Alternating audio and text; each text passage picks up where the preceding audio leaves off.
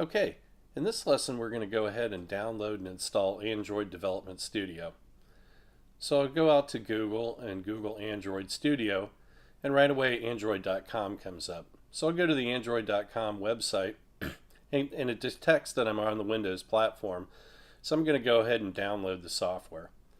So I have to click that I agree to the terms and conditions, and I'll go ahead and start the download. It's a pretty large download, it's about a gigabyte, so for the purposes of this lesson I've gone ahead and speeded this download up a little bit. So once it's downloaded, I'll go ahead and kick off the install and let it unpack for just a few seconds, and then it'll start the installation process. So one thing it noticed right away is that I don't have a Java SDK installed, but it gives me a pointer to that, so I'm going to go out to the Oracle website and select to download the Java SDK. You have to select that you agree to the terms and conditions at the top of the list before we'll go ahead and do the download. So now my software is downloaded.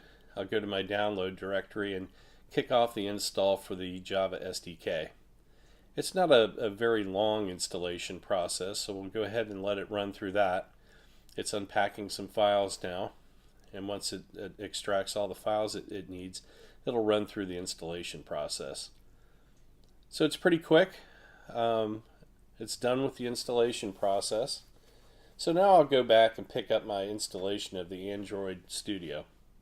So I'll go ahead and kick that off again from my downloads directory, and it'll go ahead and start up. I'll select next, and I take the default for the installation parameters here. Once again, I have to agree to the terms and conditions. I do that. Now you'll notice it's picked up my SDK. So now it too is going to run through an extraction process. So for the purposes of this, once again, I'll go ahead and speed this up a little bit so you don't have to wait for the complete extraction to happen. And this setup can be quite lengthy if you have a slower machine. I'm actually doing this on a server on the Amazon cloud, so it's a little bit faster here. But still, for the purpose of this, I've gone ahead and sped things up a little bit. So now it's running through its extraction process and getting ready to complete the installation. And it says it's finished. Now once it finishes, it'll go ahead and start up, and it'll ask you if you have some existing settings you'd like to import.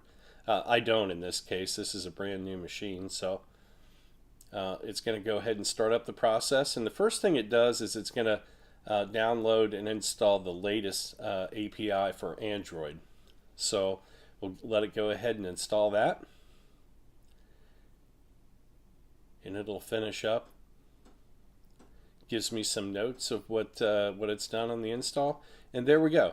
So now our installation is complete. We're at the beginning of the Android setup piece.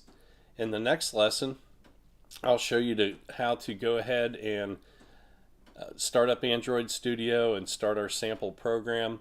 We'll look at also setting up the emulator device as well. So thank you very much, and we'll see you in the next lesson.